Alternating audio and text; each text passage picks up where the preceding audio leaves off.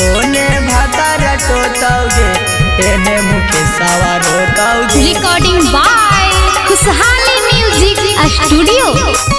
ओने भातार टोतौगे एने मंटुआ रोतौगे। होलिये में छौड़ी तोर बियाहवा होतौगे। होलिये में छौड़ी तोर बियाहवा होतौगे। ओने भातार टोतौगे एने मुकेशवा रोतौगे।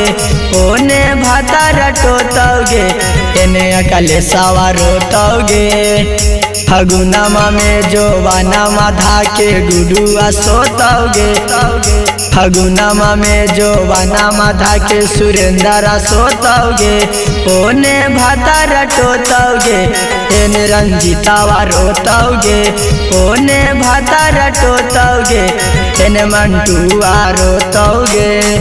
तकाए जादव जी के बेटवा से कैली प्यार के छौड़ी खोजली होलिये में राहुलवा नियन भतार के छौड़ी खोजली होलिये में लाला नियन भतार के छौड़ी।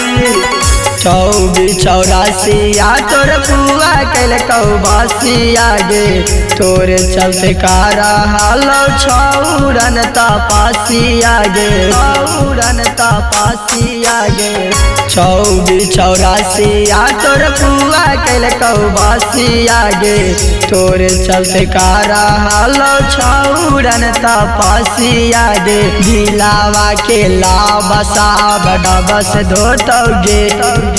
दिलावा के लाबसा बडबस धोतौगे। ओने भातार टोतौगे एने वीरेंद्रा रोतौगे। ओने भातार टोतौगे एने मुकेशवा रोतौगे।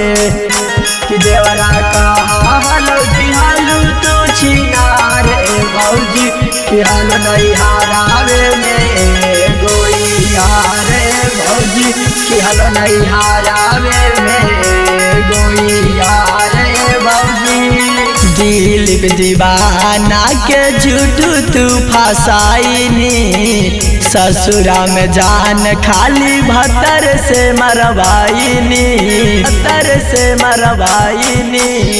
दिलीप दीवाना के झूठू तू फसाईनी।